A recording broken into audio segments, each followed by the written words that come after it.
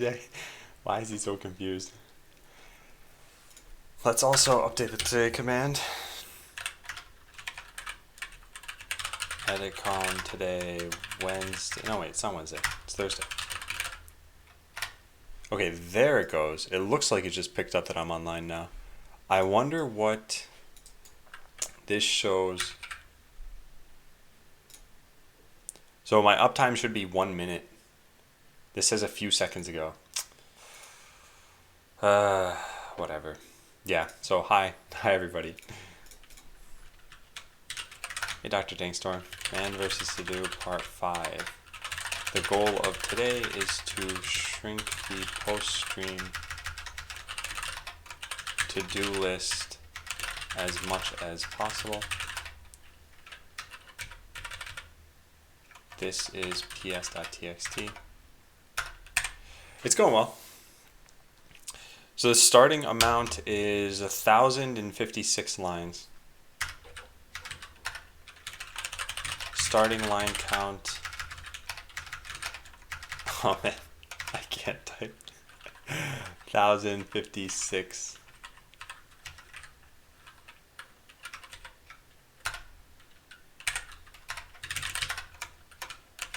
Also, Adam will be using the ErgoDocs EZ keyboard for today to try to get better at it. Cool. Yeah, I know, Hideo. It's going to be a bit frustrating to watch, maybe. I'm going to try to use this for most of today. In fact, let me move this off to the side. That way it's not even visible. Did my bot pick that up as the today command? It didn't say anything to me. Alright, hey, I'm Barry.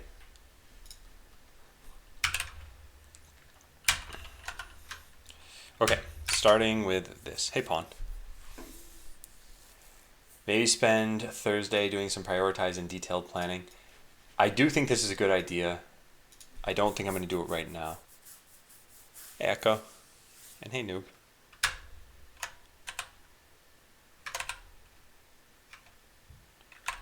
Interesting.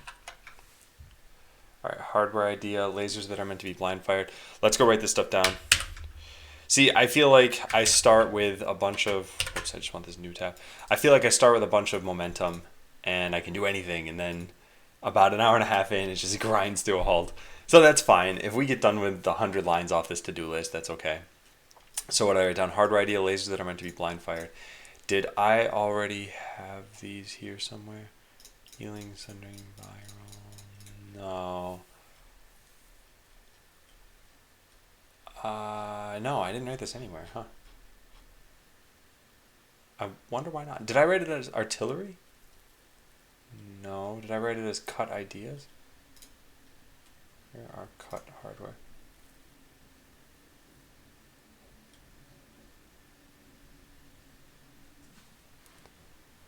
Yeah, oh, no problem, Echo. Definitely no problem. Hey, Lepko. Yeah, I don't think I wrote this anywhere. I wonder if I wrote down chaos artillery. Yeah, I did. That's what I wrote. Okay, cool. So then this is different. We will write this down right here. So insert row below. What is this? Blind fired lasers. Scalable, sure. Description is what exactly? Range 6. Reduce your vision range.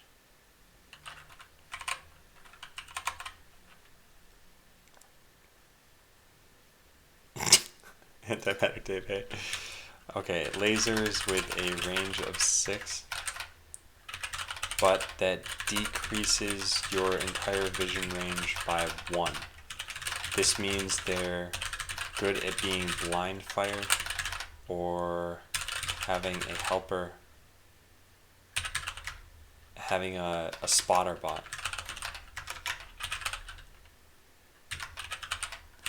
But spotting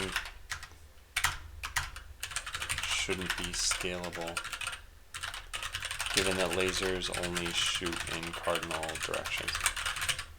Okay, cool. That's done. Chip idea, a chip that always sets shared A and shared B. Oh yeah, this is interesting. I don't know how cheap this is or whatever, but I'll write this down as like spotter chip. Okay, so I'll just paste this in.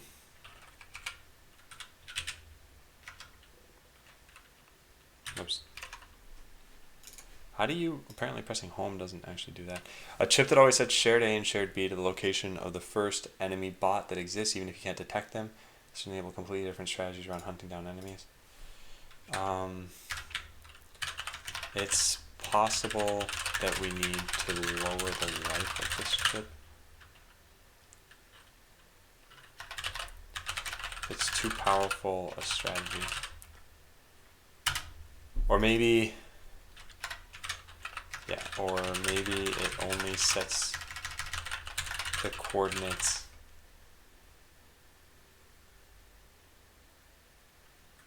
of a random bot at the beginning of the phase. Yeah. Seems overpowered. Well, we haven't added this to the game yet, so we're still fine. Make today into a Googseri Juan. Yeah, I don't know what happened here, but I know that's meant to say Google Schedule, Google Drive link. I guess it's not worth doing this right now. It'd be nice to have something like this.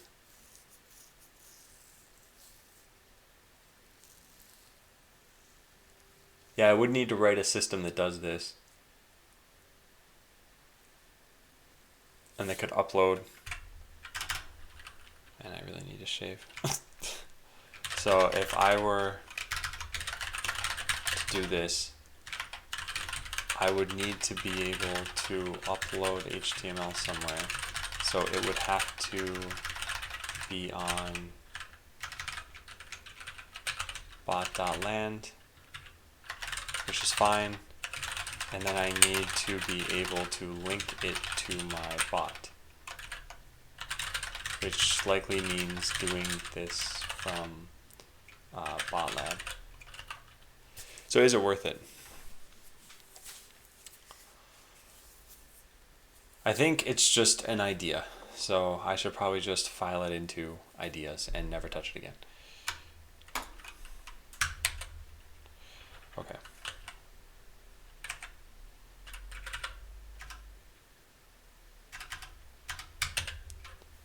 Great.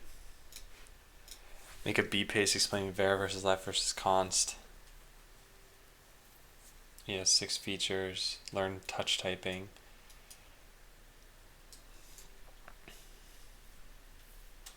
Not worth it unless you stream for like 9 years. You never know.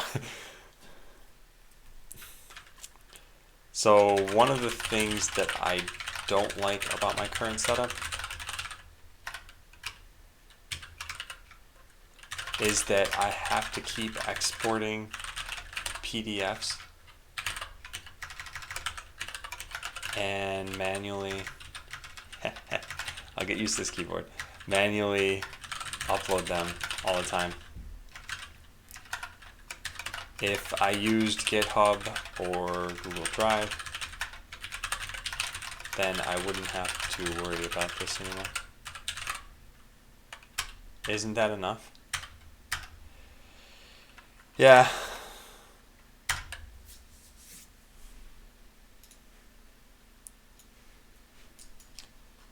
The thing is, this one in particular, I wanted to write my own little bit about this. That's fine though. I could always have uploaded it to Botland and then put a link there. But some of these I end up updating a decent amount. And there I want to have them somewhere. I'm just not sure where.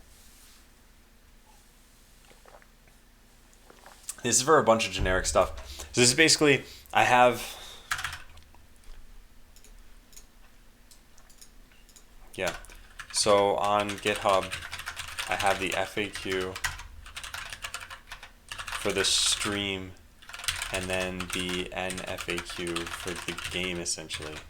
This would be an FAQ for programming related topics, which don't really fit in either place yet. Make a Dropbox public folder and export to PDF in the folders every time.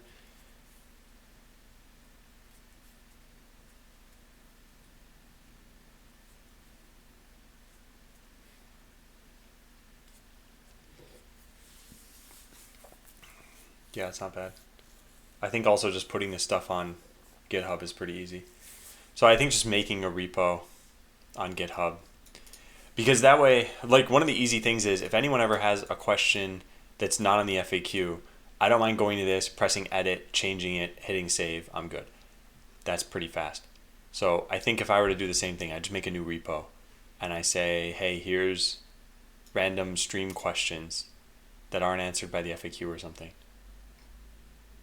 You have to push every time? No. This would all just be text. Like, it wouldn't be PDFs or anything. This would just be like, what is let versus const? Here's a link.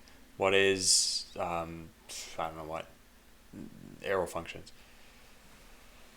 Yeah, I think I'm going to do that. Let's go make a new repo.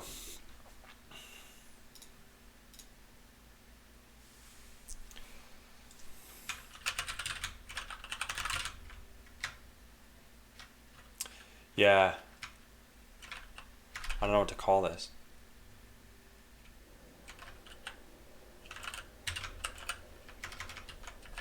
Stream questions.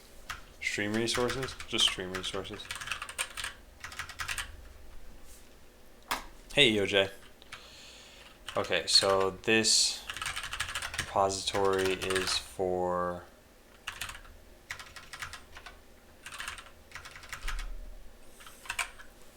I want to say here. Yeah, I'm going to put a bunch of programming information about here, touch typing. Yeah. It's for any resources that I want to share with people as I'm streaming on Twitch. Public.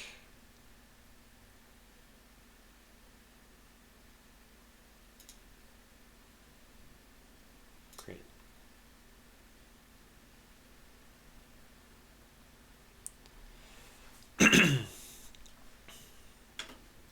So do I want to put a wiki on here? Because that's what I have set up here, right? Click here to go to the main wiki page. Yeah, I think so. Huh.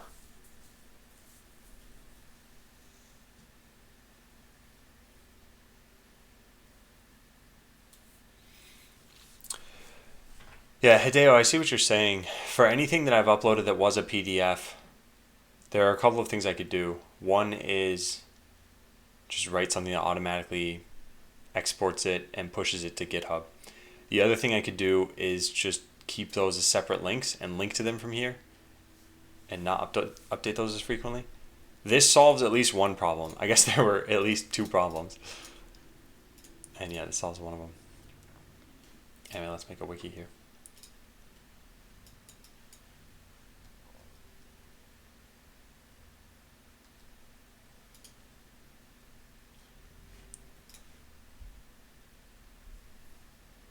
Pages home. Okay, so let's make something about programming and then something about just miscellaneous questions. I don't know. Maybe I'll just throw everything on one page for right now.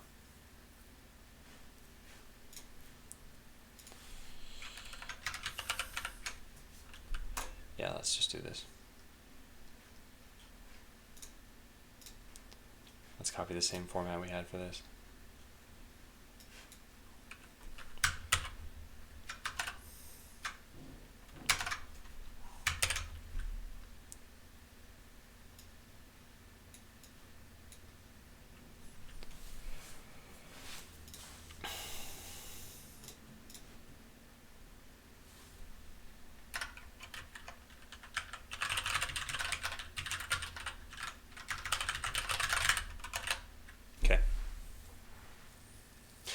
Yeah, Hideo, I know. I think the FAQ for the stream will be different from the FAQ for just programming and anything else.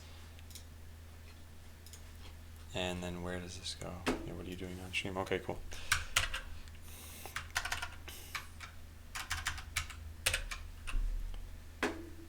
All right, let's throw in some of the sample questions that we have here.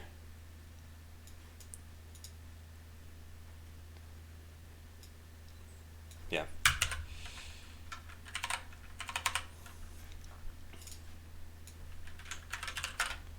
What is the difference between let, var, and const?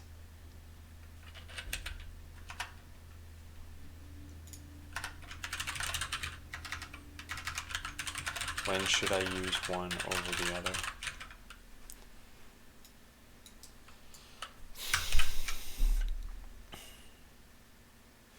How do we figure out what these links are going to become? How do you cancel this?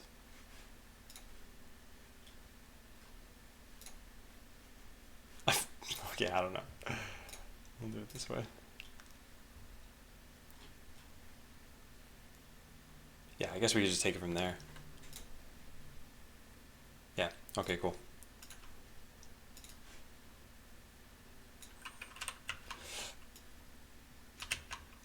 There. Hey, Super Ram.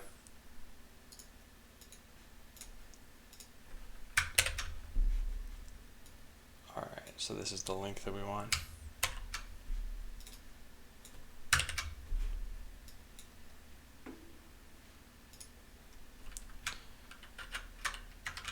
This blog post describes the differences. For some reason I can't hit colon on this keyboard. Alright, does that work? Yes and yes. Okay, great. So we've got the setup for this at least. So there's that one. Promises I should talk about at some point. Hey, now for Bene. I'm doing well. Today's just kind of a relaxed day. Take care of the to-do list.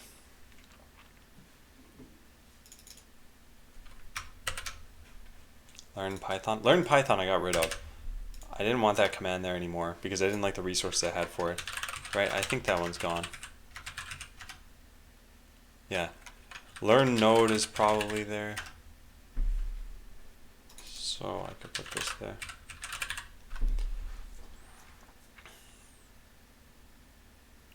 Next time...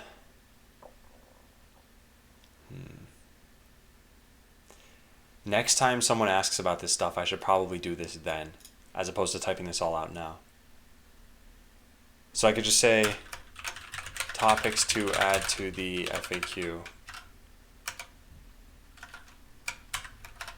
We can say all of the commands that you mentioned.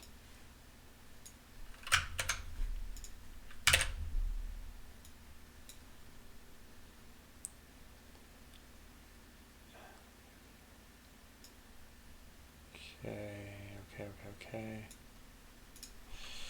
Yeah, yield and coroutines, touch typing,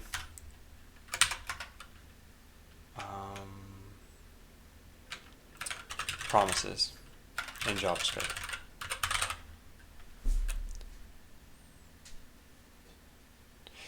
Yeah, I was gonna make this. I was gonna make the command M FAQ, which would be for miscellaneous frequently asked questions, the ones that are more for coding than for the stream. Because this isn't necessarily just programming, but I guess for right now it is. Yeah, so let's do that. Plus, if that's the command you wanted and you're probably going to be one of the people linking this in, then I should do that.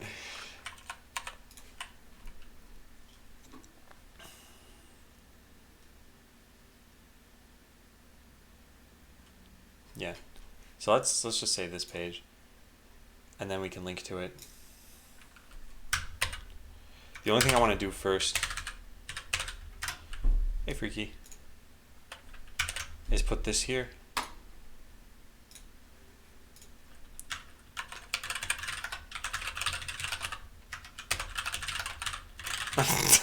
Doesn't count, damn. For some questions about programming.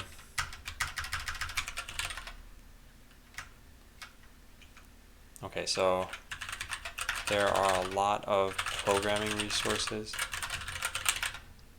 located on Adam's GitHub here. These, hey MLOs. Yeah, I'm trying out this keyboard. I'm not very good at it, so prepare to be a bit frustrated.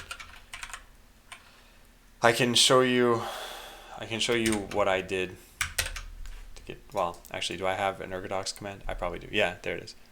Yeah, thanks, Hideo. And hey, Digi.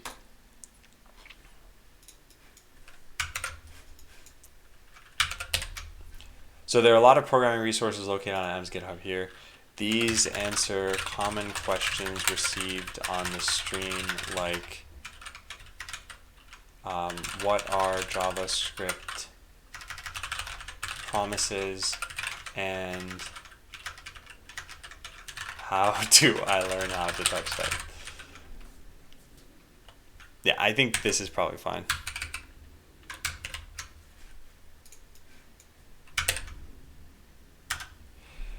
Now, that doesn't actually contain the answers to those questions yet, but it will eventually. So this is fine. So this is...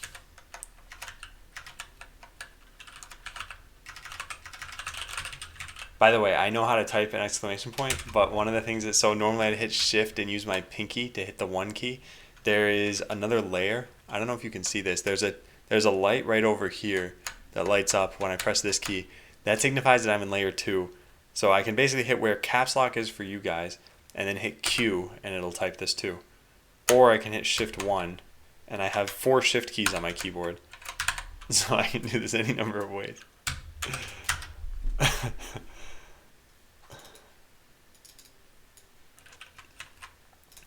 Something that is kind of frustrating with this keyboard is that, well, and this is just based on how I mapped things, but copy is no longer a left-handed command without stretching my hand. Oh well, whatever. All right, so this I'm going to add afterward at some point. I'll write this over here. Yeah, these are brown switches. Update redux.pdf so that the links still resolve. I'm not going to do this right now. Oh, I guess that's the whole point of this stream, right? I shouldn't be just denying things on this list. All right, Redux. So the flux diagram still works. This resolves. Then many of the notes came from this tutorial here. This still resolves. Also, let me just click this. That way they open in the right thing. The official docs are also great. These are not the official docs anymore. I don't know where the official docs are. Redux documentation.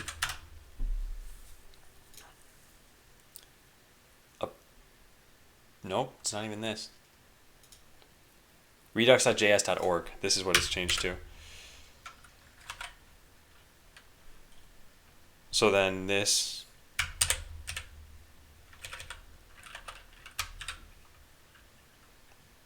Wait, what?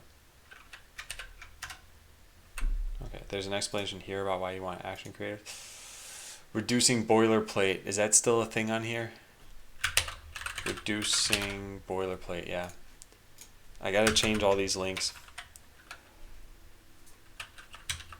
Oops.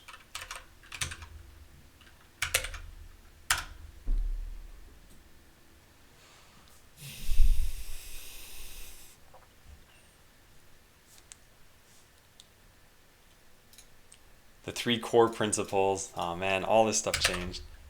3 core principles. Oh, there it is. 3 core principles. Okay. Oh man. There. Hey JSHD, welcome back. Let's see if I can type this. There we go. Thanks for resubbing.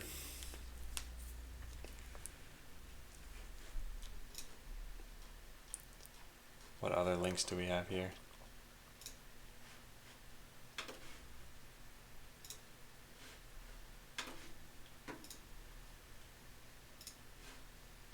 Okay, these things all still resolve.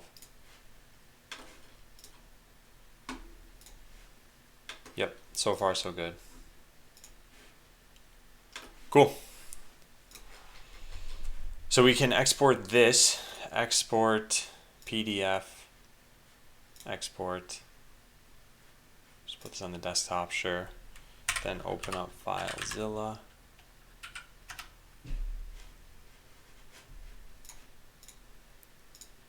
Okay, I'm going to do this part off screen. And where does this exist? Alt D, desktop. Got it. Cool, so that's been uploaded. Look into refactoring Redux actions to include more middleware.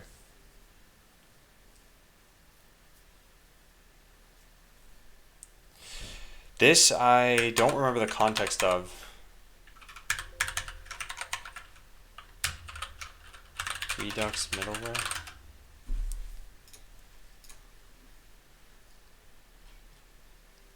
Let me see. Yeah, so I think all I use is Thunk middleware. What day is it? Welcome back, Orchard. Thank you too for resubbing. And best allies, I don't know if I said hi already, but hi. Yeah, I was looking at the day because the 27th is when I originally became a partner, back in September. So I wanted to see, is it close to that day? There are a lot of resubs on the 27th. That's the only day when we get like 6+. Yeah, so as far as middleware goes that I use, I do this in reducer index. Is it here? No, there's some other place that I do this. Combine reducers? No, I don't do that there.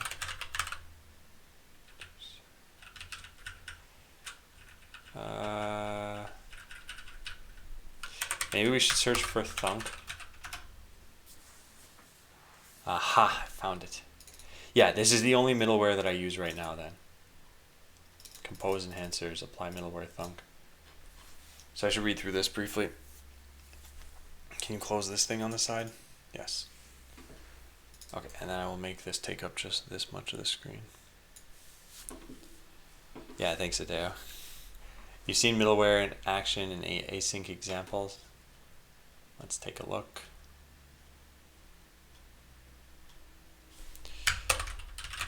Middleware.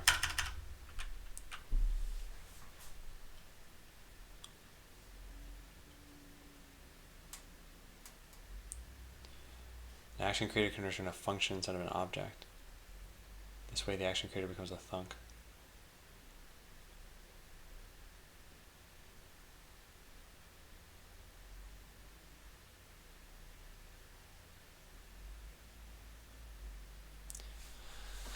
Huh, I should probably be using this. Thunk middleware knows how to handle functions. It passes the dispatch method as an argument to the function itself.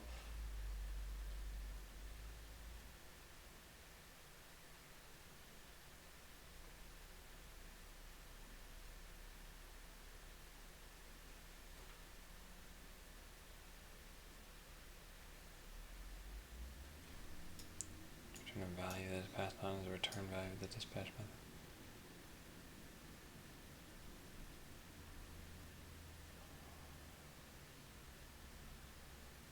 Okay. And I guess this makes enough sense. So you can call fetch post and then wait for it.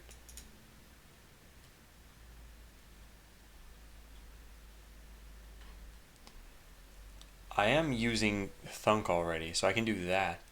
But I guess I need to figure out where I can use other middleware.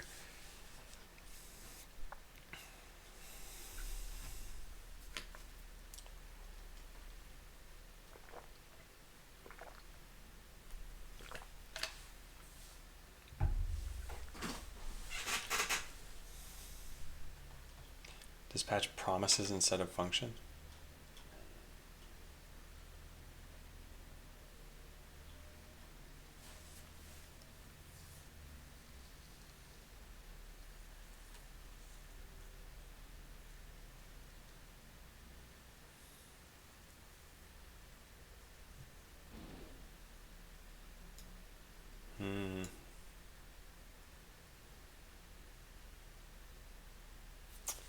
Yeah, interesting.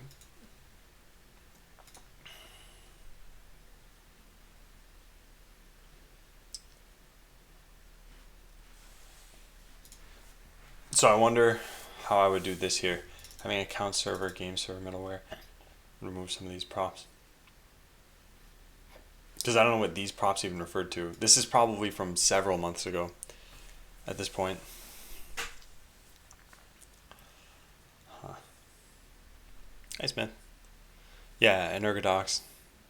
I've tried it out every once in a while. On stream, I probably haven't used it for more than about 15 minutes. So this stream, I'm probably going to do the entire stream using this keyboard, just see how it goes. I'm still moderately slow at it.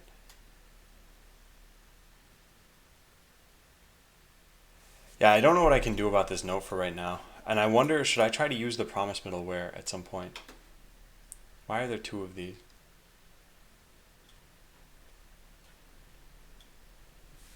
Hey, BandyX. Middleware enables optimistic updates and dispatches pending fulfilled and rejected actions.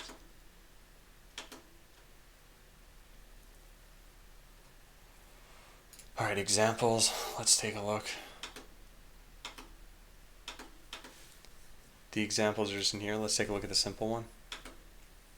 The point is the same as Express middleware, for example. One middleware usually uses JWT1, one for API requests, but in the end it's not high priority as the way you're doing things works. Well, what I was wondering about though is with Express middleware, you can choose it per route. With Redux middleware, it looks like it's just going to always happen. Also, hang on, let me delete this stuff. Yeah, it looks like you create a store with this enhancer that has apply middleware, and it's just going to get run for everything. That doesn't seem like a good idea for me.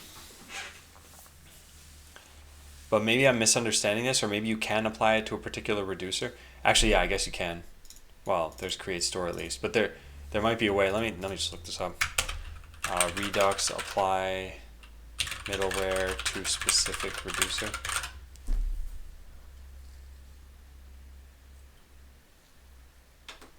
Apply middleware.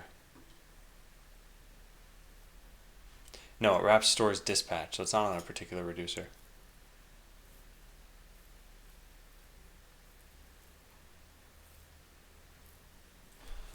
Hey, Blueberry King. Well, okay, so one of the things I don't understand is I am using promises already. So I'm not totally sure how this would change.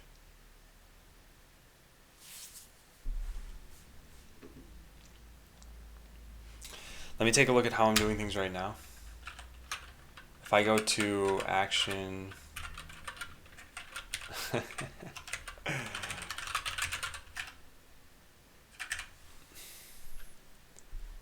Yeah, so sometimes I'll just return promises from this. I guess I don't see how that's any different from if I used middleware to return promises.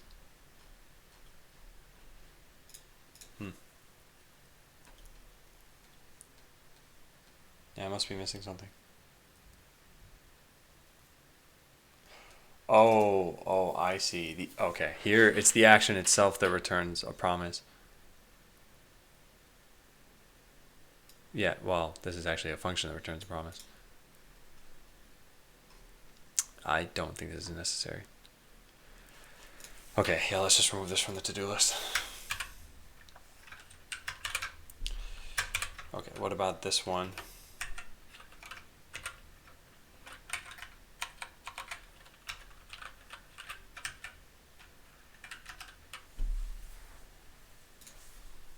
Some things don't work the way I expect on this keyboard.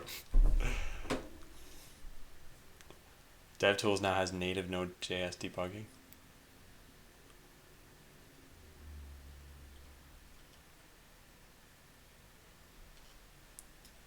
So I'm using this now, but what about this? Oh, Node 7 with inspect has this? I don't totally think this matters. Hey, my uncle. Yeah, I'm not going to worry about this. Just get rid of this. Copy paste works in Blockly, but doesn't work across workspaces. Yeah, this is not even a to-do item. When I conditionally form CSS class names, I should instead consider using something like this. I'm now using that, so that's great. Consider putting in window.before unload that will save your scripts to local storage. This can just spawn a dialogue asking if it's okay. We're now doing that too. Perfect. And yeah, Mononcle, I'm gonna try it for this stream. We'll we'll see how frustrated everybody gets. You can't use that with Babylon Webpack anyway. Okay. Yeah, because it had to go through the translation process. Way in the future, it may be a good idea to allow users to sign up for accounts with more than just alphanumeric characters in their names. But I don't want to come up with a regex to validate all that yet. Plus, it may make it harder to type account names if the users ever have to do that.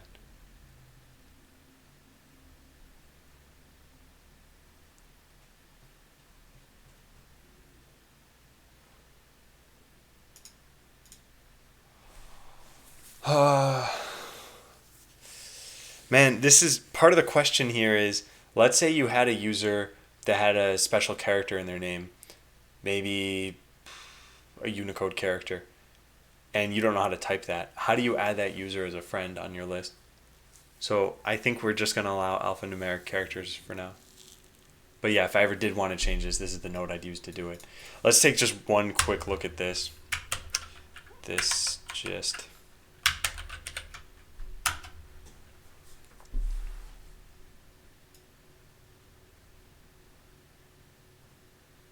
Yeah, I don't think I care about this. Yeah. I want a kit for an Ergodox Infinity. What's an Ergodox Infinity?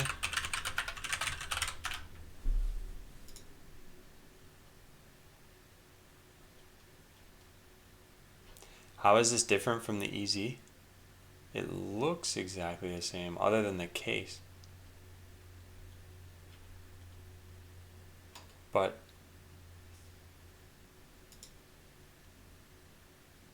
oh no, it's got something up here.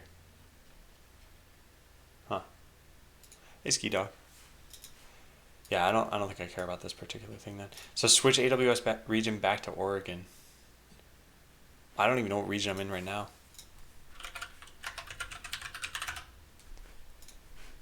Let me log in. And I might have already done this too.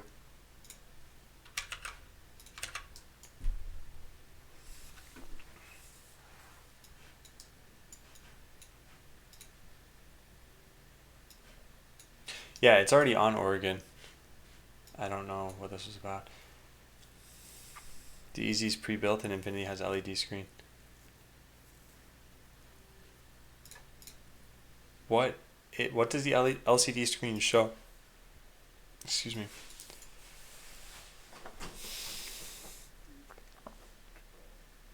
Yeah. I'm aware of this, but for usernames, this isn't such a big deal in games that don't have trading. There are a couple of things to consider. One, I'll write this out, but this isn't super important. So, raisins disallow non-alpha numeric characters. So oh man, I gotta get used to where the semicolon and colon key is here. So one is they're harder to type for users they're harder to type for most users, I'd say. This makes it harder to type out names to /ignore or /add friend if you ever have something like that. Two, yeah, spoofing becomes a problem. And yeah, that's actually it, I think. The current active layer, oh, is that it? Because I was going to say this has LEDs, and I only use 3 layers, and one of the layers is really only for a couple of different keys. Although if I wanted to control the mouse, I could from the Ergodox, which is a ridiculous feature.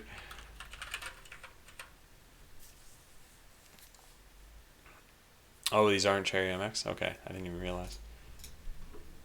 Yeah, and I don't think you gain much by this. Like, reasons to allow non-alphanumeric. Hang on, I gotta figure out where space is. There we go.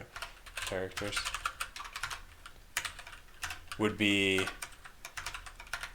users get their preferred names, I guess. Hey, for real. Yeah, I'm not sure if I'm going to stick with this keyboard. I'm gonna try it at least for this stream and just see how slow are certain things that I'm doing. Yeah, so we'll just get rid of that for now. So create a separate IAM account and key for each server. Make sure I'm never using root credentials. Okay, this is something I can't really do on stream. So let's just skip that for now. Seems like you have to change the scripts themselves whenever you want to force public whispers for specific commands. Yeah, I'm not going to do this.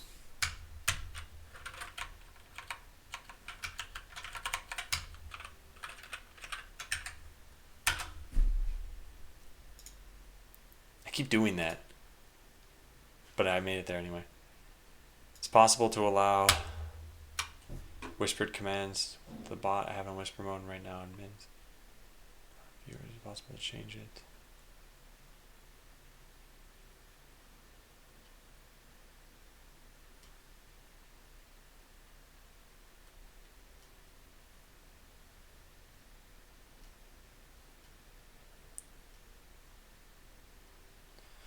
Twitch has recently said that whispers are not the preferred mode of communication for bots. Bots have been whisper blocked, and we have had to ensure that code of Phantom Bot keeps that from happening.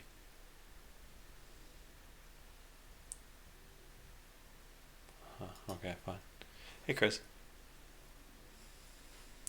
You can do another WPM benchmark? That implies that I have a first benchmark. Was attacked last turn. Do I have anything along these lines?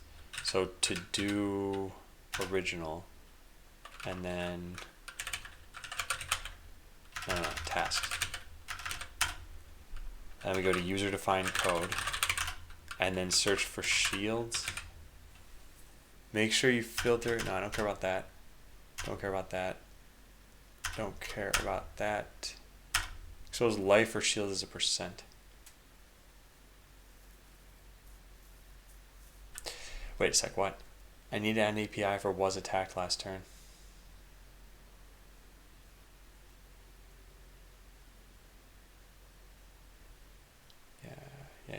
Yeah. I already wrote that down. Cool. Hey, Dennis. Ergodox plays nice with VS Code. I mean, it's just a keyboard. It should play nice with everything. There's one thing I've found that the Ergodox can't do for some reason, and that's when I'm on my, let's say I locked my computer right now. On Windows, you'd see a lock screen and you'd be able to type in your username. For some reason, my computer can't be woken from sleep with the Ergodox. So if I press the up key on here, it just doesn't turn my computer back on. But if I press the up key on that keyboard, it does.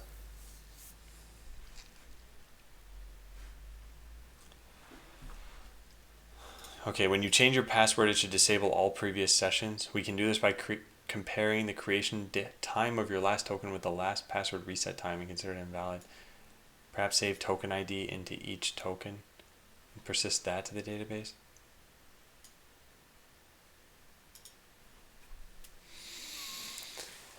Yeah, this is the problem with the way I have tokens right now. The issue that I have now is that your tokens are never invalidated. So problem, sessions are never invalidated on Botland. My God. Okay. There are a couple of ways to do this, but I think that in general, they all involve contacting the database, which is something I'd like to avoid.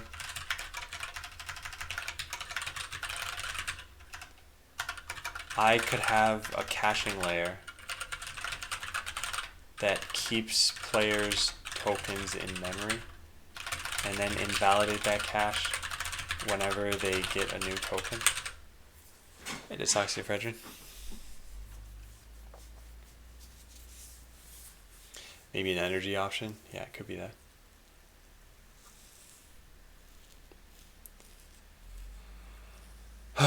But this is not something that I want to solve right now. I have... Oops, that could have been bad. Could have been really bad. Hang on a second. Let me stop this from being so bad. I am going to just change a bunch of notes really quickly. Okay, there. So yeah, I think I wrote this down somewhere. I just need to find it. I can't show you some of these notes though, sorry. I probably did write this down. Before releasing, did I write anything about tokens here?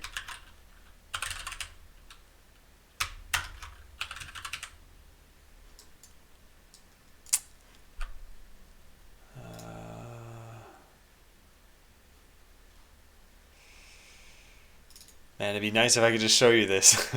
That's for sure. All right, I'll have to look into this later. Actually, yeah, this is not worth doing on stream right now. I'll copy paste this into Notepad. Yeah. Make sure I have a note somewhere talking about invalidating user sessions. Okay.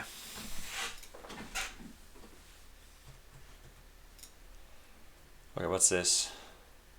Was not able to validate the provided access credentials.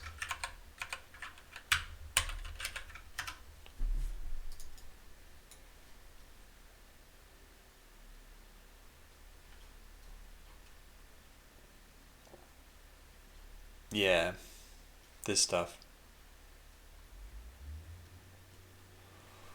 We could start this up and see if I need to perform these. I don't know if I do, but I should definitely write this stuff down.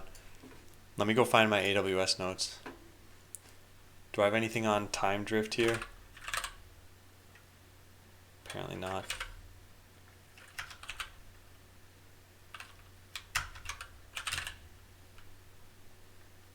No, I don't. Okay, well then let's move this over here.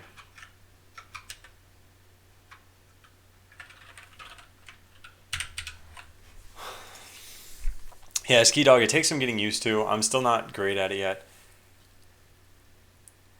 Where do I even write this information? So let's get rid of this. I know people don't like flashing orange icons on the taskbar. Where would I write this? Trying to create a security group, but it fails to authenticate. I don't know where to write this.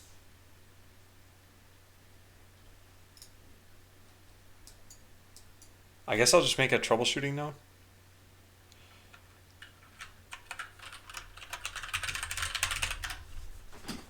Okay, so let me do this too, I guess. Whoops. What? God, I have to think of like what the shortcuts are for something. It's Control-Alt-3. Then I need to remember where the Control and Alt keys are. So troubleshooting, let's say time drift / access issues. If you ever run into problems where you can't perform an operation that you think you should be able to perform, you should check if the computer you're connecting from has time drift issues. For example, I would run into this when I tried connecting from a VM on my machine after the host machine was in sleep mode for a while. Hey, just saw. Hey, Soul Sorcerers. Man versus keyboard. Do you like that keyboard better? I think I like it better for text, but I don't think I like it better for programming yet. When I'm typing normally, it feels a little bit smoother. That's mostly due to the mechanical switches, I think.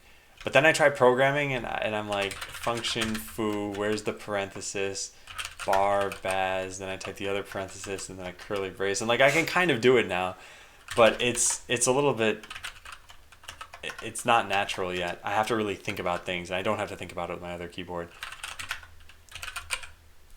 Hey, Liquidor. Have you heard of this? Package Newman. Is this just Postman?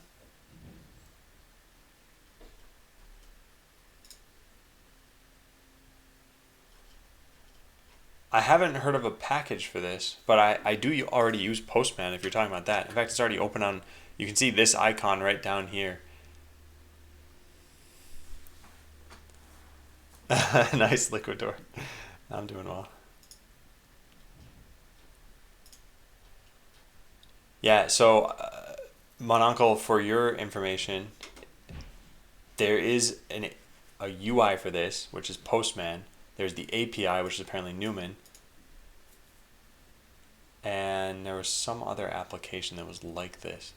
Also, what is the pricing for on Postman? I thought it was free. Oh, I don't care about this.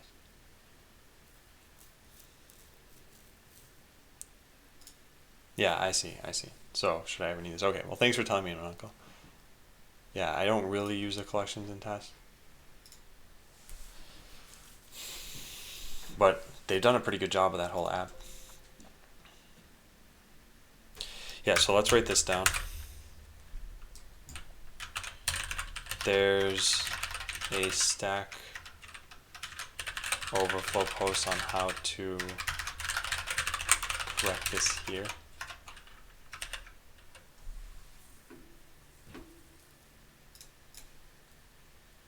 What happened to your keyboard? It melted. Melted into two pieces, and they're just going to slowly drift away from each other.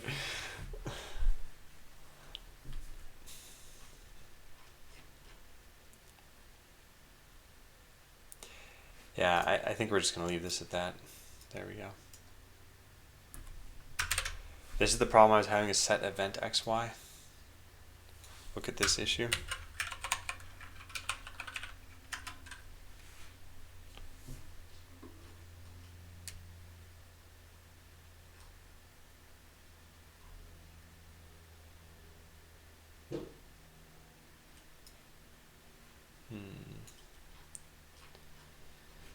Yeah, let me take a look really quickly and see if I have anything about interact in my notes.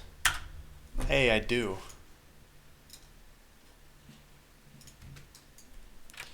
Okay. Drag events getting triggered incorrectly. The set event XY bug. So GitHub issue reference is here. You know what? That's why I keep hitting semicolon and colon wrong. It's because the way I used to hit this is I used to shift my hand so that my pinky was on shift. Wait, I could show you guys this. Yeah, I used to shift my hand so that my pinky was on shift, and then I would press colon with my ring finger. I should be doing it where I do something like this.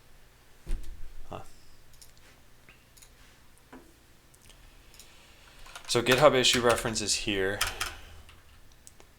And yeah, maybe that's it. Maybe I don't even want to write anything else. What else do we have here? Yeah, that could be it. One thing that's kind of neat about this keyboard. Hey, Ross developer. Yeah, it's a new keyboard. Well, it's newish. One thing that's kind of cool is, let's say I have. Whoops, what did I just do? Let's say I have some text here, and I've duplicated it a bunch of times, and now I want to get rid of some of it. So because I put the control key here and the shift key here, if I put my finger between them both, then I can delete lines this way. I think it's neat. Not sure if you want to replace interact, but you could look for something a bit more React and Webpack friendly. React draggable or React D&D. I think at this point I'm not going to switch, so I don't need to write this stuff down. New, it's already dusty. There's like a little bit of dust. That's not too bad. Maybe there should be a mechanism to tell people to refresh whenever there's a new version. Yeah, how would I do this? That would mean that every time you go to fetch something like Botcoin, it should also check version. What happens if you press Alt F4? So actually pressing Alt F4 is a cool keyboard shortcut because it uses your hand in a relatively natural position. Well, I'm not going to press it, but it works. Yeah, I think this should be done, and I'm just not sure where exactly. So let's close out of these things and go down to just the do items. Yeah, And I'll write here, when fetching your bot coin total, also fetch the current server version and compare it to the version that the client first connected at. If the two are out of sync, tell the user that they'll probably have to refresh the page.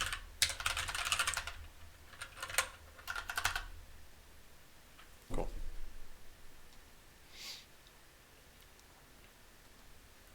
When you just save your defense, the cancel button should be renamed to done or removed for a new defense or for a new button. Yeah, this has been bothering some people. So wait, let's see. Yeah, this is, that keyboard shortcut's not gonna work. Where are the function keys for you? I remember when I was researching around a year ago, you had to press a modifier. There's a huge red flag for me. Yeah, so you can take a look. There's my layout actually. The last Botland bot message has my layout. So the function keys are on layer 1 for me. They don't have to be if you don't want, but there are so few keys on the main keyboard face that you probably want them on a different layer. So the way that I can go into this layer is I hold either this key, or this key. So let's say I've just searched for some text. Let me show you this. So if I just search for some text, you won't be able to really see the text, but I search for something like this, right? And I want to hit Control F3. I can hit the Control key and then one of these function modifier keys, and you see this red light goes on, and then F3, and it goes to new text, which you can see happening in a very small window in Sublime. So in general, yeah, you have them on a different layer. But you don't hit the function keys so frequently. I use mine for search, for bookmarks,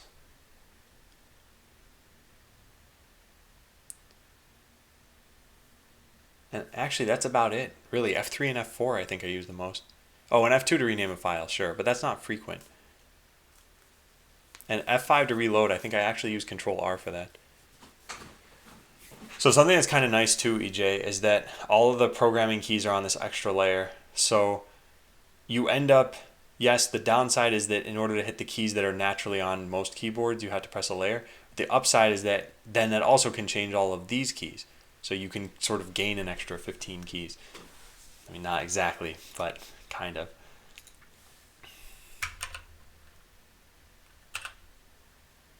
Delete. What happened there?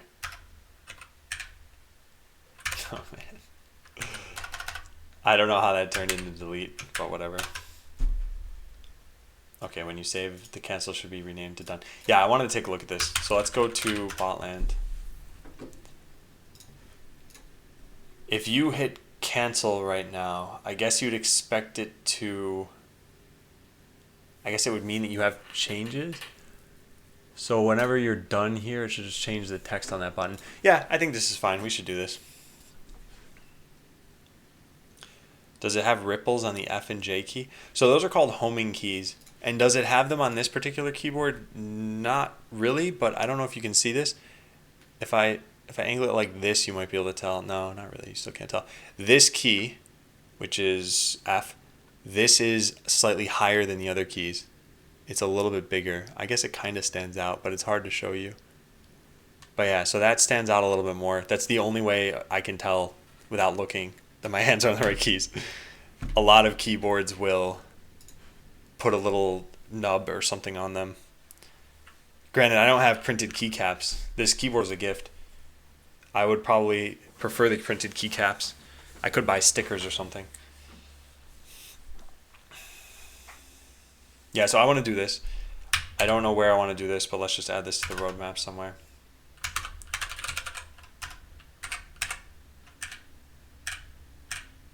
Put this here.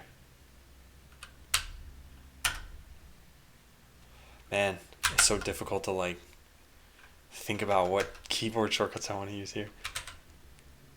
That's left apparently. So it's ring finger for left or right. Okay, so yeah, we're gonna add this. When you save your defense, cancel button should be renamed to done. Yeah. So let's take this.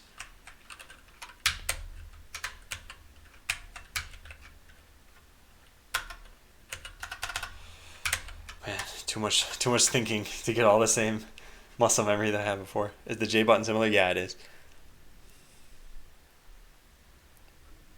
Hey, dig down deep. No, my words per minute are fine. It's my programming that's not fine and my keyboard shortcuts. But the typing on it itself, the typing is almost the same as, I know I just made a typo, as what it was on the other keyboard. So yeah, going back to fix that, I would be able to do this faster on the other keyboard and get back to where I was. So in general, it shouldn't slow down too much for today, just for programming streams. I want to get better at it first. Yeah, see, I can't get used to some things yet. Alt N there. So when's the new WPM test? Not for a while. What about Google's material design for UI design? I think we have planned a proper UI theme. We just haven't gotten to it yet.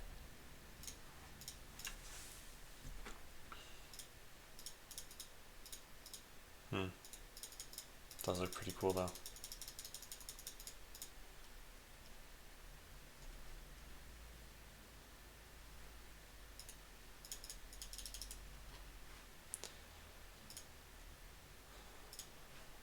Yeah, I'm not gonna keep this though.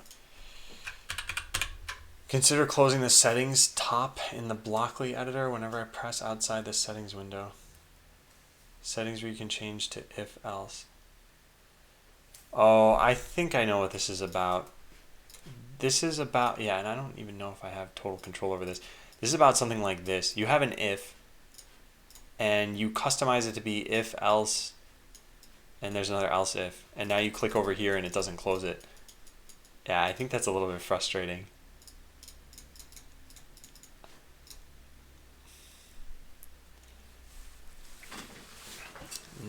Wait, I'm trying to figure out how to pronounce your name. Nezab?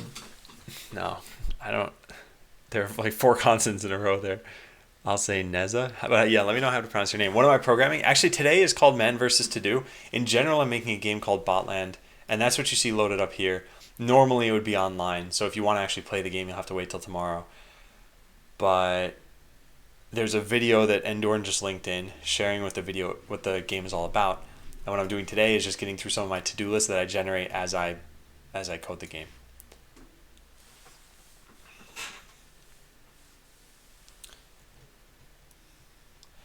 Do I still have to look for the way to cast your phone? No, Endorn, you don't have to do that.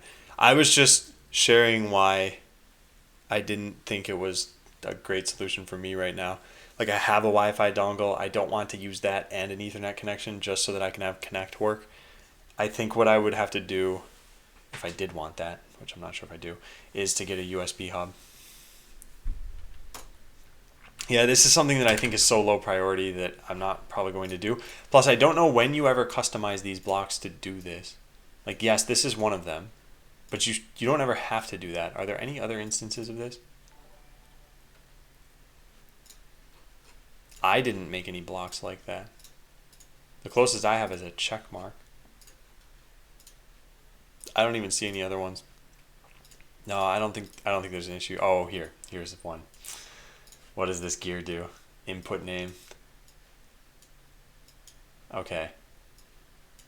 Yeah. So you can customize these. Oh, that's... Huh. They use inline inputs for the... Interesting. Yeah, I'll need to look at that at some point. Did I write this down anywhere?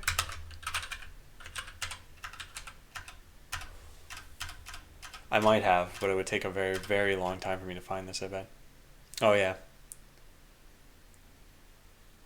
When editing a function name in Blockly, it's not just a function name. There's also the input names for a function.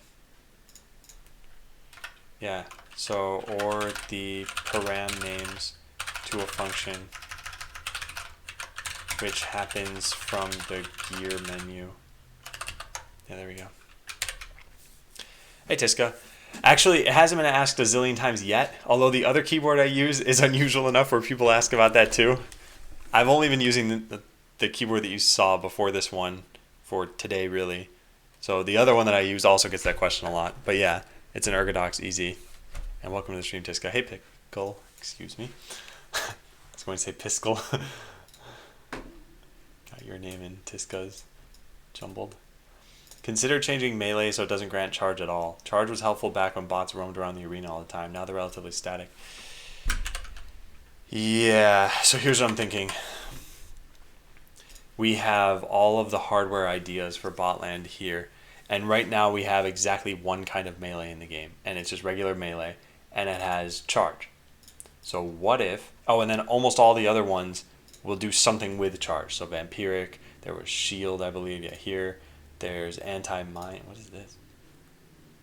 Charging into a landmine that blows up. No, this is not going to work anymore.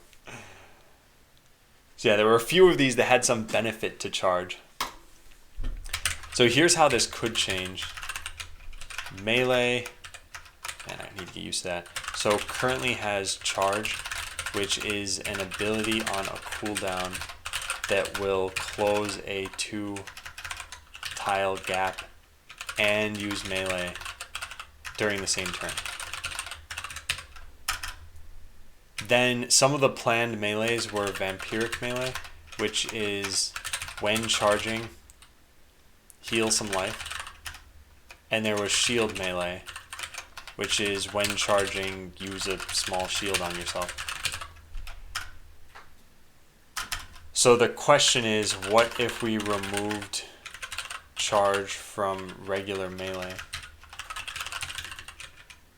And I think one of the results would be it wouldn't be a default anymore.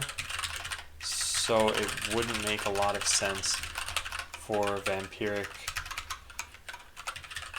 and Shield melee to act on charge, since they would be granting charge. I can't type. And some extra ability. Okay, I really need to get out of the habit of typing on the keyboard that I had now. This doesn't have staggered keys. And it means I need to angle my fingers slightly differently. Will there also be a zap melee or spin attack? No, I think that's probably in the range of zapper. It's too similar where I probably wouldn't have something like that. However, there are a lot of synergistic hardwares that I could plan. Something like, what if there was something like this, like zapper melee, or I guess it'd be the other way around. So it'd really be melee zapper. And it'd be something like, when you charge, activate zapper. So the only way to use this, would be if you have both melee and zapper on your bot. So already you're using minimally 2 slots, but more like probably 4 or 5. So you'd have to customize a bot like this. You put melee, maybe level 2, and I don't even have zapper. You put zapper level 2. And then the rest of your bot is maybe teleport and thrusters or something. So imagine if this was that zapper that was activated by using melee. Then this would be a pretty good bot. But yeah, so I don't like this. But I don't want melee to just have charge. I guess the other outcome would be we could have melee and melee with charge as 2 different options. I think we just lower the cooldown on melee, or charge, I mean.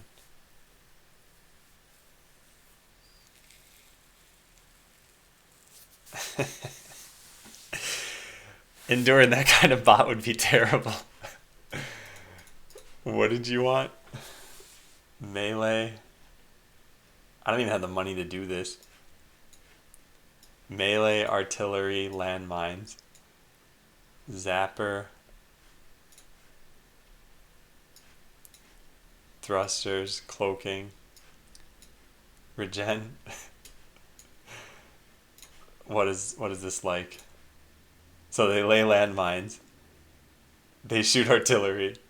They'll never actually cloak, and they'll never actually use melee or zapper unless a bot gets close enough to them. And the landmines die almost immediately anyway. Oh, hey, check it out. This actually is. Oh man, yeah, that didn't work. Yeah, I think the result is just lower the cooldown. I'm gonna write this down. Where is the... Here it is, balance.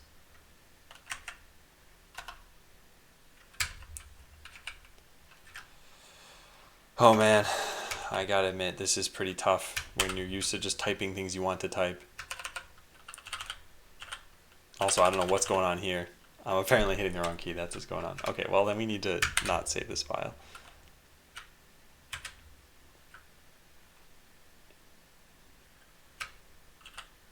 There. Cool. Alright, let's try this again.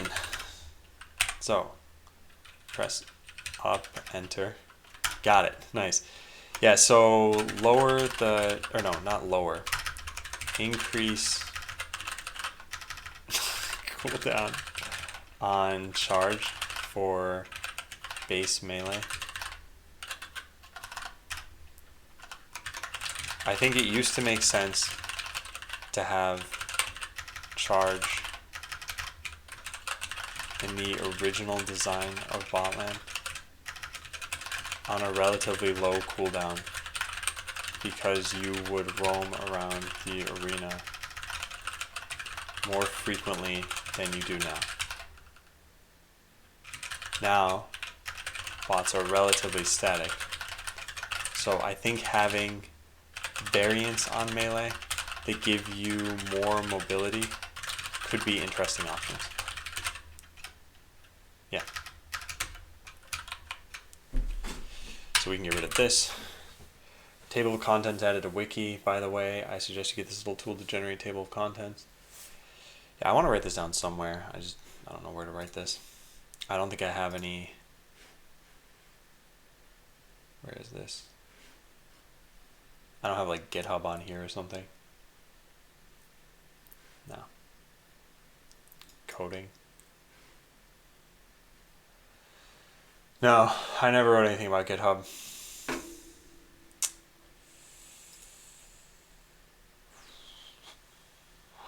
Well, let's take another look at this. Because I haven't actually used this yet. What happened to your keyboard? I'm using the Ergodox Easy.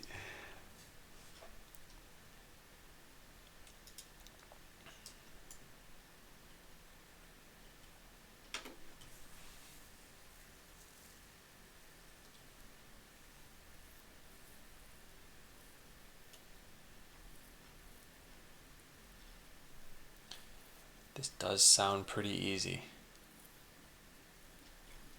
Yeah, I want to put this somewhere. Okay, so let's just add a thing here. A program called GitHub. Alright. Making tables of contents.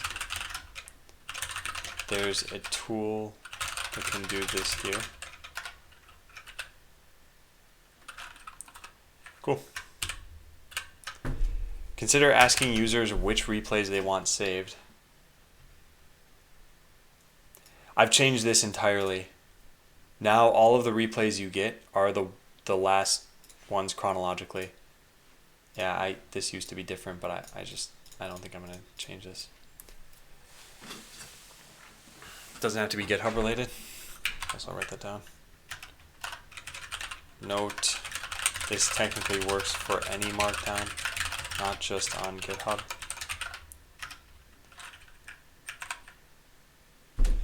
Yeah, I'm going to delete this. If you guys remember a while ago, there was a time when I think I limited you to something like 10 replays, and I figured that you could learn more from the replays where you lost than the replays where you won. So I prioritized those. Then I added in something where you could view the replays and it would mark them as old. So then I had to prioritize whether you lost and they were old or you won and they were new. So I just got rid of all of that because I thought that was super complex and it led to a lot of confusion and also bad code. That now it's just keep the last 10 replays no matter what. And I think what's nice about this is that it's a good cross section of how you're doing. If the last 10 replays were wins, then you probably have a pretty good win ratio, right? Because that's 100% over the last 10 games. If they were mostly losses, then you probably have to improve. And if there was a mix, then you got to see some wins, you got to see some losses, as opposed to the old way where you just would have seen losses. So yeah, let's just get rid of this, because I don't think this is helpful anymore. This query tells us who's playing a lot of bot land. Select user's ID, name, count matches from matches, join user. Yeah, I already had this. Should have a personal option to enable square numbers. What?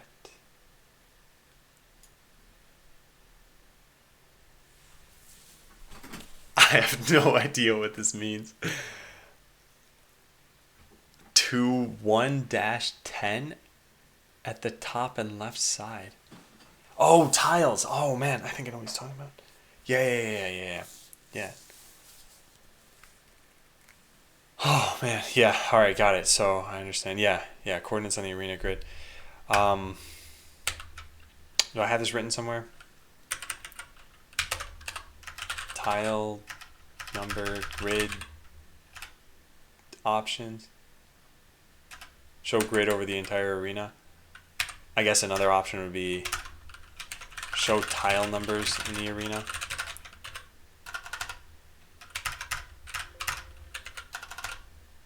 Oh man, I can't seem to do this. There. This is probably something that you'd want to enable temporarily in the arena. Hey J. Louise, I'm doing well. It's currently implemented. It's implemented incredibly poorly because it uses the old immediate rendering where it would just create text objects and destroy them. But it's not surfaced to the user. So there are two parts of that. When you left Friday, I wanted to modify my attack bots, but thanks to the 500 game locker, I couldn't even modify the bots. I think you should let people modify without commencing a fight. Yeah, this is... I feel like people are going to want to do this. And the technology is there, but the option isn't. And thanks, J. Louise. Yeah, Monatic Bind got this for me. He hasn't been in the stream for a long time, though.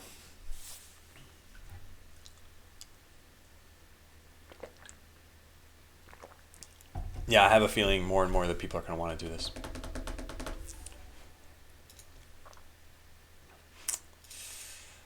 Oh, what should I do, though?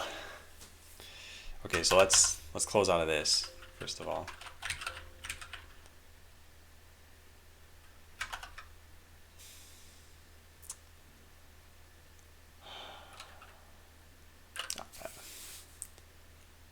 Yeah, I think we just delete this for now. I think this is going to turn into feedback.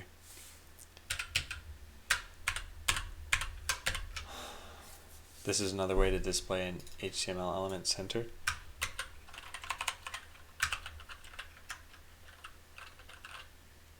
.404. Well, guess we don't have to worry about that note. Either way, I have a bunch of information on centering HTML elements. Are you a candy/sweets person? Yes, I am. I don't know if that was obvious from me eating 500 honey sticks over the course of like 3 months, but yes. If I'm correct, some streams ago you were wondering how Botland looks on telephones. You can press the button highlighted here to see it. I chose iPhone 6 as it. Oh, I think I wrote this down. Mobiletest.me. Did I write this down? Let me take this off screen for a second. And I really have to. I'm like almost getting in the habit of moving windows around on this keyboard. Mobile test. No, I don't have this written down. But I do have this. I'm combining some notes for now about how I'll eventually debug web pages on mobile.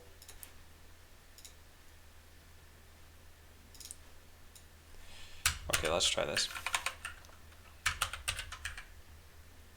Oops.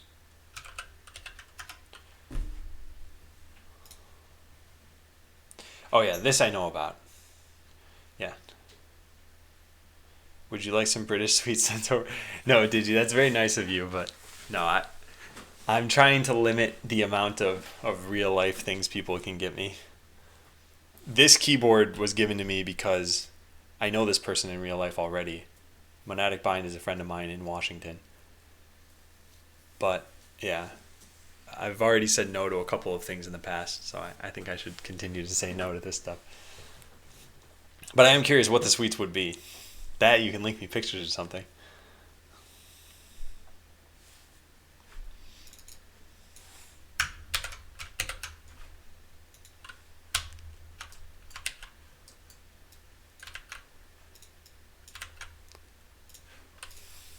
Nice, EOJ.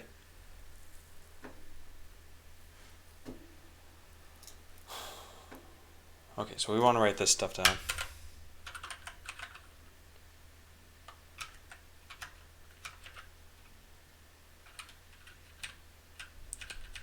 JS console. Yeah, this is fine.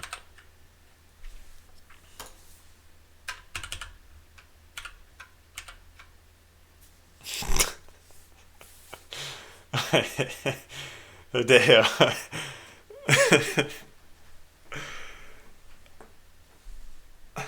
Consider adding in debug prints and alerts for the users when testing their defense. It's the kind of thing that could just be a no-op on the server.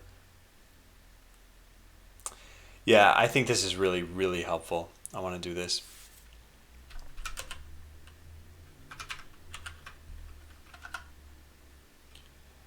We will write this here on the to-do original. All right. I really have to think about where I'm going when I'm doing this stuff. I'm kind of getting the hang of it, but it's not muscle memory yet. Well, it's not smooth muscle memory yet. There's a lot of thinking about it.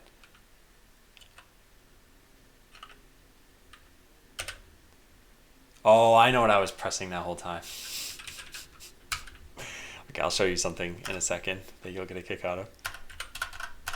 Oh man, I keep doing that.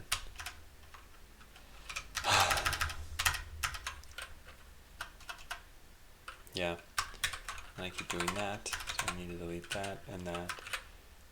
And then, if I open file location, I created... Oh wait, that didn't do anything. Oh, maybe I cut that out. I'm surprised I didn't produce that as an HTML page.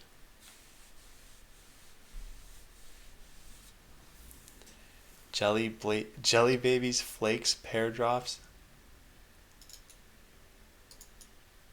What are these things? Maltesers? Crunchies? Oh man, well, that's nice of you. I haven't heard of any of these things. Flakes. British candy. Oh, I don't think we have anything like this even in the US. I haven't seen something like this before.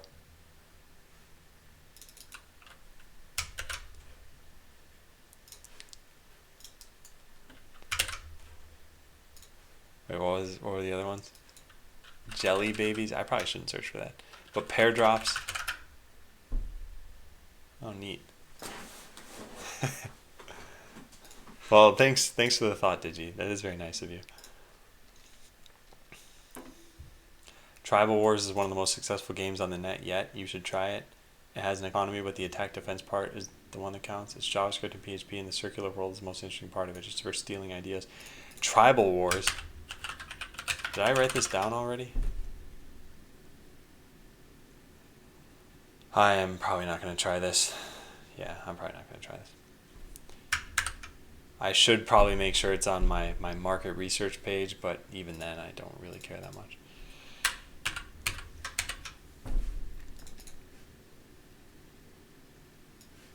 Are these sour? Because I don't know if you've heard of Sour Patch Kids.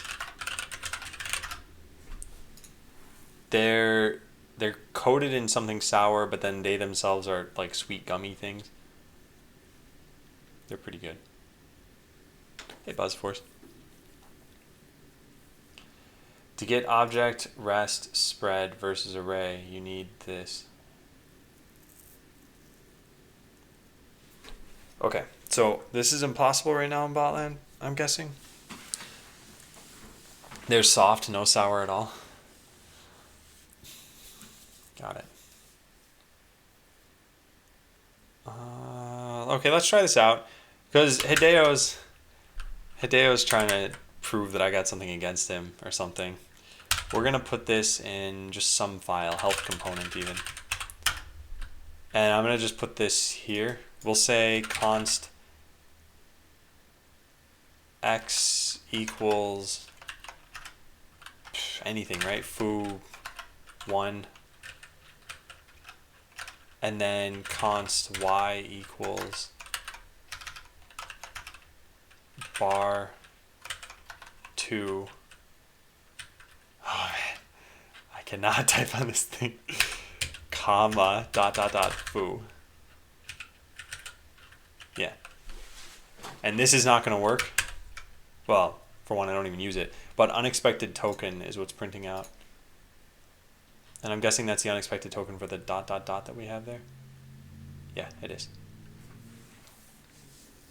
If you're using preset env, it should be included. But that assumes that it exists in the node version that I'm in, right? If I press...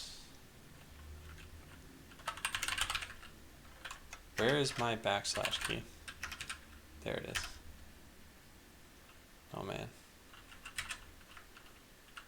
Test spread.js. God, I've got to think about so much as I use this. Desktop del test spread. Oh, there it is. Cool. So let's try this out. So we take that same code that we had over here.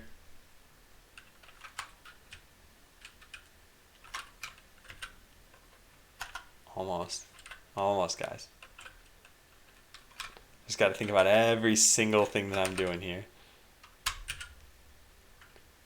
That did not work. So ring finger is left. I need to remember that. Okay. Then we go back to this.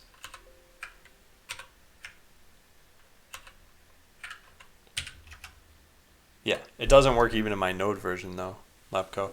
I have a feeling this is used in node 7.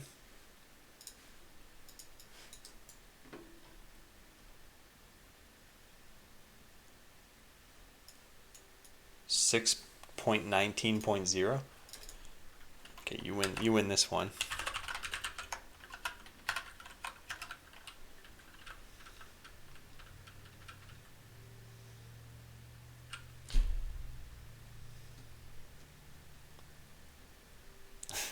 Antimatter tape.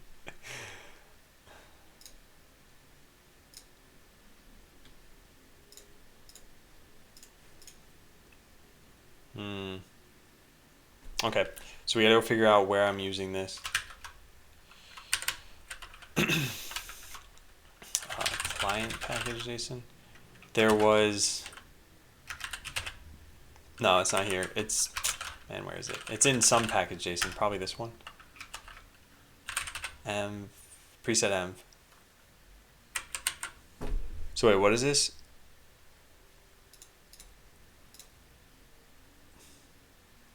Make sure the plugin has been updated to at least 6.19.0. Which plugin though?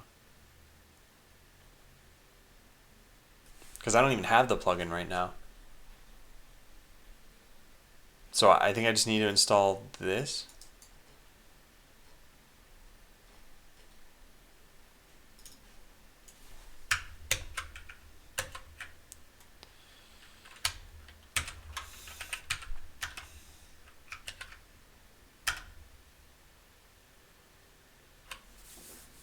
Maybe this will work.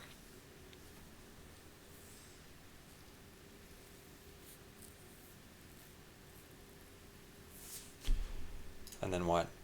I restart this thing, or do I even need to restart it? Let's try this out.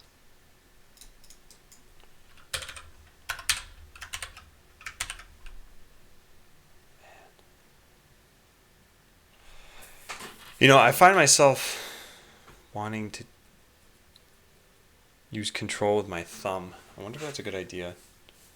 What if I switch the modifier keys? Anyway, we might need to restart this. Let's just try restarting this.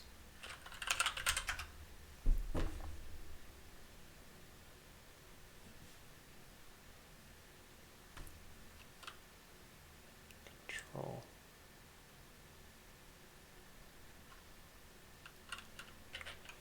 Huh, I'll have to think about that.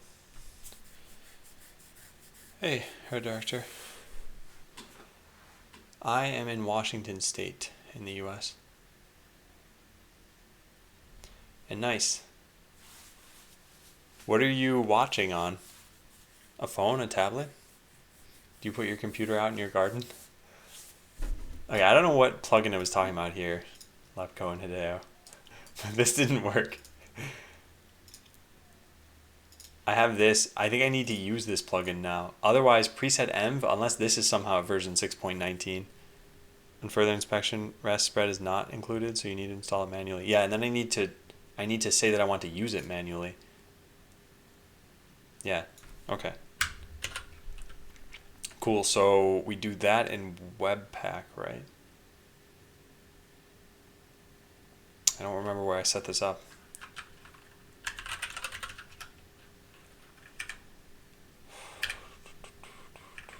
No, it was in a gulp file somewhere. Because I run that through watch? Yeah, I think it's in the fulp file. Somewhere in here. Preset, or no, env.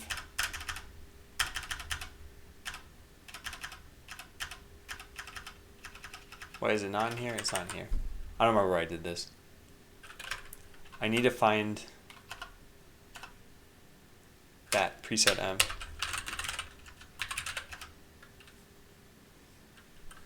An iPad, okay, got it.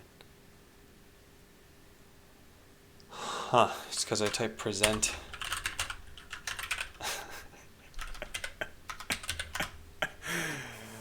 Oh man, some of you asked for this. Some of you. Yeah, I don't remember where this exists. Because I can only find this in my package JSON. And I needed to specify this somewhere. But I don't remember where. I'm not even sure what to search for at this point. I'm just going to search for env. But it has to be in either a gulp file or Webpack. So let's start with just the root gulp file. No, it's not there.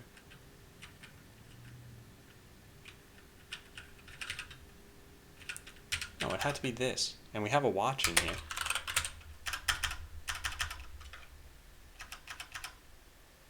Process static assets. Where is client watch? Webpack, yeah.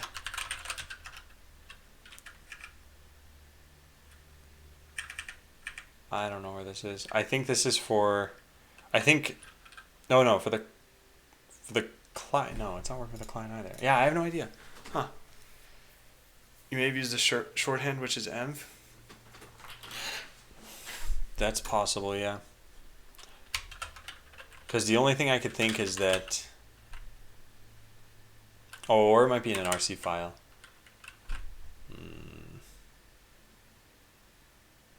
I can remember the file I did.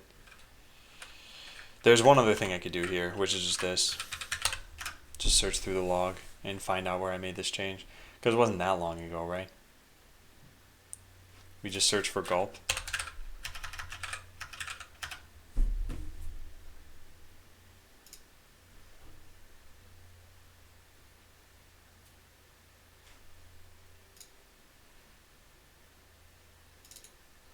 Got it. Must be here. Shared gulp file. Yeah, here it is. And I just changed this to presets env. Yeah.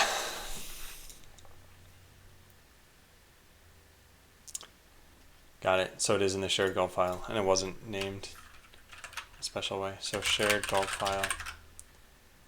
And we search for env. We find it there. Now I want to add in a plugin. So this should have also failed on the server, right? Yes. So we could try to fix it on the server by adding another preset here. I'm not totally sure how to set this up.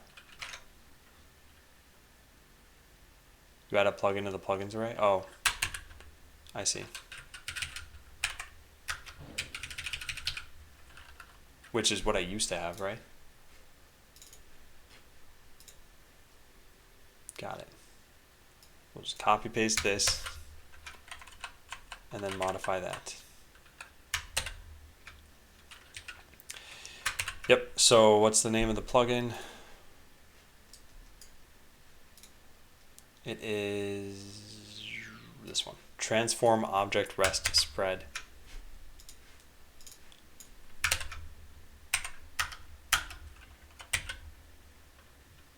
So wait, ring finger is right. Got it. Ha, I did it. Next, I can restart this, and it'll only work for the server version of things. Gulp, server watch. This should have no problem parsing all the different files. Yep, that looks good. The one we really care about is health component, which did work. So it's working there. Now how do we get this to work in Webpack? I guess when we go to the Babel loader, we need just an extra plugin in here. Why is this marked? Unexpected indentation.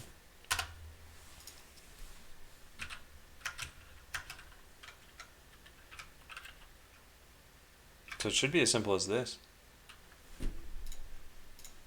Then we just restart this. Let's try it.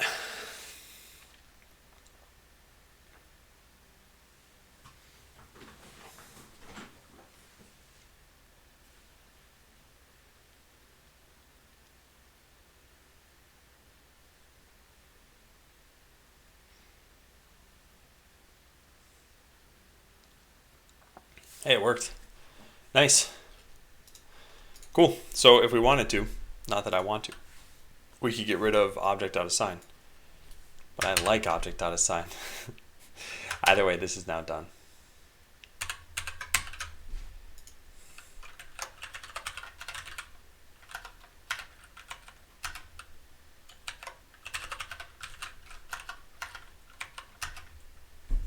Time to rewrite all of your reducers. So for the battle log, calc height. If you know the height of the header section, box sizing, border box will fix your padding issues.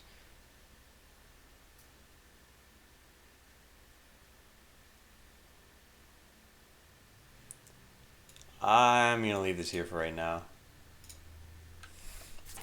How did I get into coding? Yeah, that thing that Endure on LinkedIn, that's kind of how it started. I've just always been interested in making games. And now I'm finally doing exactly what I want to be doing. It's just questionable whether I'll make a successful game. It'd be nice to straighten it and Adam's top resizing the window, use the Chrome tools to adjust sizes. Yeah, I don't know what this is all about. I'm going to delete this. When it comes to balance, make sure there are knobs to tweak. A weapon that has freezes target is hard to balance because it's all or nothing. So a chance to freeze the target can be something you can balance.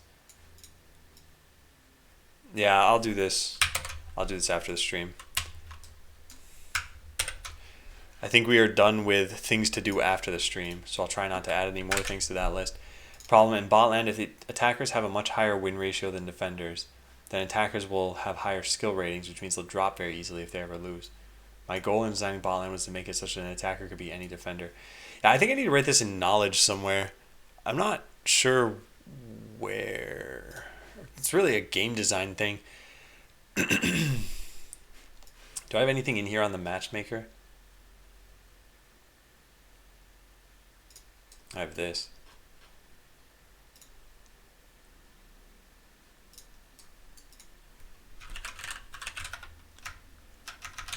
Game design behind matchmaking.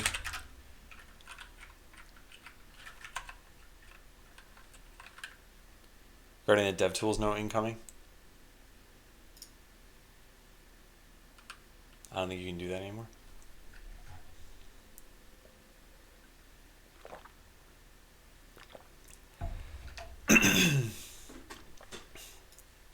I'm not. Yeah, I'll need to look into that. But anyway, let's copy paste this out of here.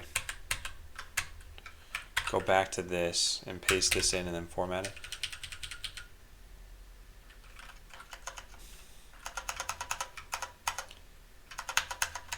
So in botland, if attackers have a much higher win ratio than defenders, then attackers will have higher skill ratings, which means they'll drop very easily if they lose.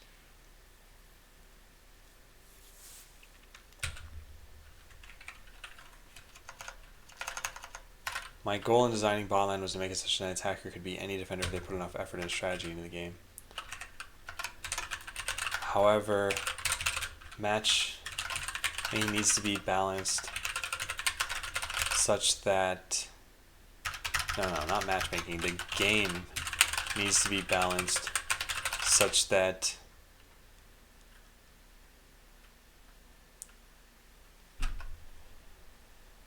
how do I say this? Neither attackers nor defenders have a skewed win ratio on average. This needs to consider players of all skill levels, though, and computer levels.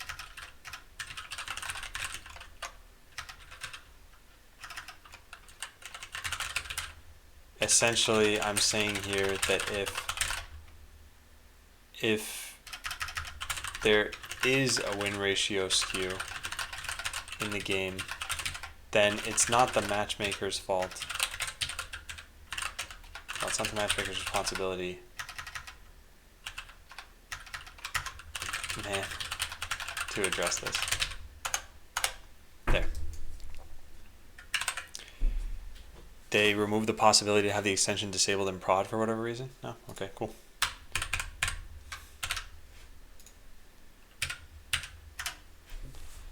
Encountered a weird bug. I accidentally saved my defense and got rid of it though, but all my bots disappeared. Someone attacked and defeated my 3 bots. Their positions were also changed. I went and hit save on my defense so it would update in the DB. This probably has to do with computer level information changing. Bots are also on different positions.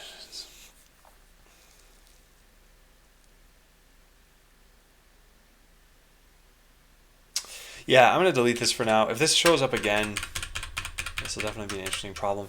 For the end of game screen, you should really rename cancel to done and maybe add a button to this screen like home or something. This cancel is very bizarre. Also, since the screen is the same as the start of game screen, maybe you should have the same behavior for clicking outside of it. So many Hideo wants incoming. Oh yeah, that's like the next 6 notes that I have here. But this is back when you were giving tons of feedback on the game. So we need to go into the to-do list and put this where I had this on the roadmap. Yeah, this right here.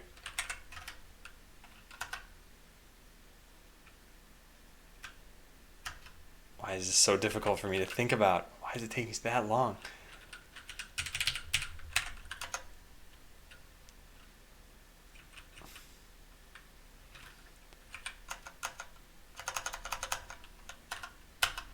Got it. That took a long time.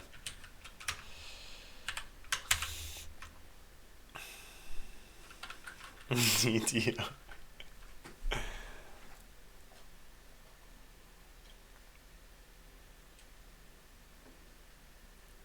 Game found an end of game screen which are similar to your start and end. Don't respond to any shortcut, even the ones you expect, like enter and escape. Yeah, this is UI polished.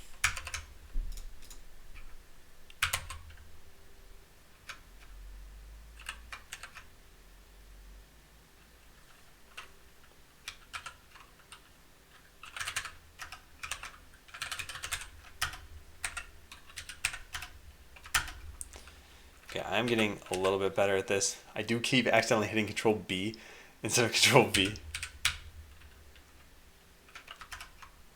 There. Got it, got it, got it. Okay. Trying to be mindful of what I'm using to hit which keys so that I build good habits here.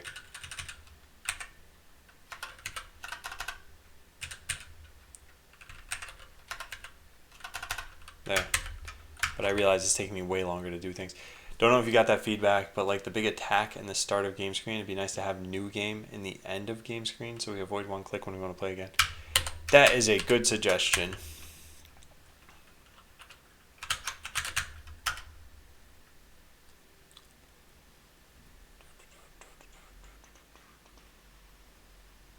Yeah, let's put this here. I think this is worth doing sooner rather than later. So wait, if ring finger is right, then pinky is, or ring finger is left, pinky is right. Yeah, good, cool. Nice, don't even need to look down. Got it. Also, for example, I'm in a game, I want to use 2 blueprints in a game. I use the shortcut to select blueprint 2, I place a bot, that was a mistake, I wanted 3, I switched to number 3 using the shortcut and click the existing bot 2 to replace it. Since the tile has a bot and I just switched, I think it should replace instead of removing. Yeah, that's done. I don't know what this S was for. Another suggestion, I think in most games, some people like to take screenshots at the end of the game screen, even with replays. I think the arena should not reset when you lose and win. At the end of the game screen is displayed, the arena should freeze at this point.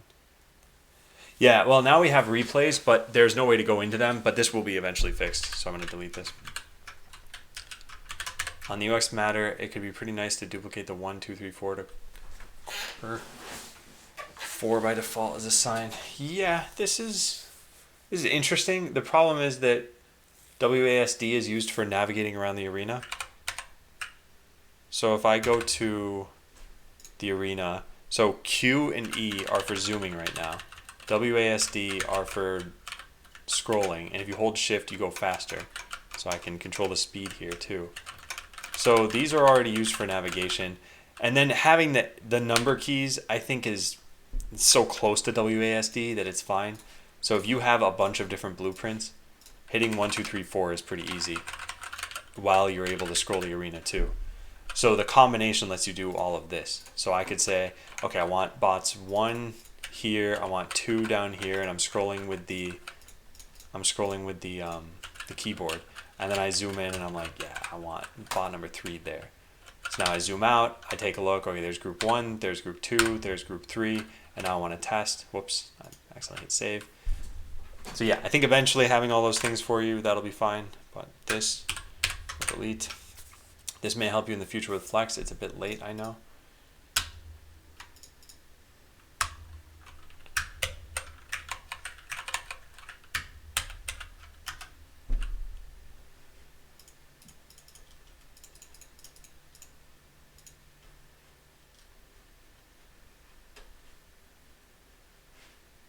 Oh, neat. Okay, we're going to leave that there for right now. I really don't think bots should be able to attack while cloaked. Even when I use Inferno Lasers against Hideo 2, it easily wipes out my defense. And I can't test defenses and offenses against different weapons and stuff, so I won't know if switching everything to Inferno Lasers will ever work. Yeah, well, we're in the matter. We're in the process of fixing this.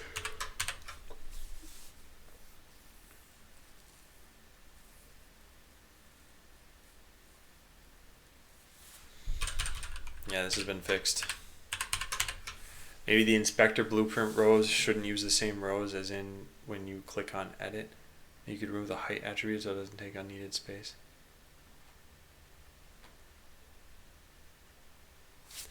Yeah, I don't know. I think that's probably going to be it for today, for this at least.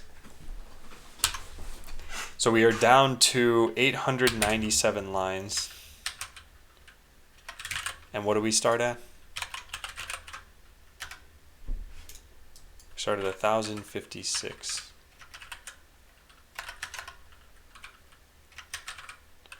Man, I could just have done the subtraction in my head. We got rid of 159 lines. Hey, Mr. Internet. Yeah, the keyboard that I'm using today is the Ergodox. Yeah, I haven't updated the keyboard command because I'm only using this one for today. Not bad though, not bad.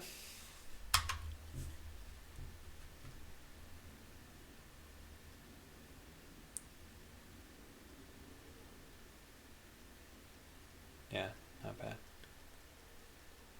So many things on this list. And then starting this year. So here, since the beginning of the year, we can tell how quickly I'm generating items. I have generated 436 lines since January 12th. Oh, actually, I started even sooner than that, right? So like 500 lines since January. So each month I'm generating like 250 lines. Each day I'm removing 160, but I only do this once a week. So if I do this twice a month, I should not have any items on this to-do list. But in order to get to that point, I need to do this 3 or 4 times a month. No, Surfing Ninjas, okay, this is the 5th stream. It started at, I believe, 1,666 lines, and now we're down to 900. So we've almost cut it in half. I know, that sounds ridiculous. So another 6 streams and we'll be down to a couple hundred lines. Hey, 9 bytes. Yeah, I think that's it for the to-do list stuff. Oh, this I still need to look into, and this we should leave open.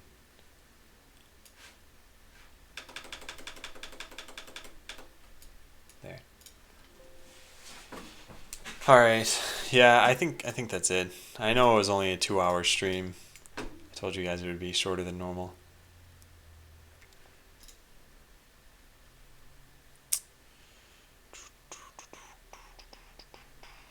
All right, yeah, I'll just let auto host pick up HD. And yeah, 9 bytes, I remember you. All right, well, thanks for watching, guys. I missed your previous message. Oh, forgot to say, remember Last Man vs. 2, you installed a plugin specifically to fix some Flex issues? Could be easy to find with the git logs. Anyway, auto prefixer, which you're using, I guess, already has those enabled. Oh. Okay. Well, let's just add this here.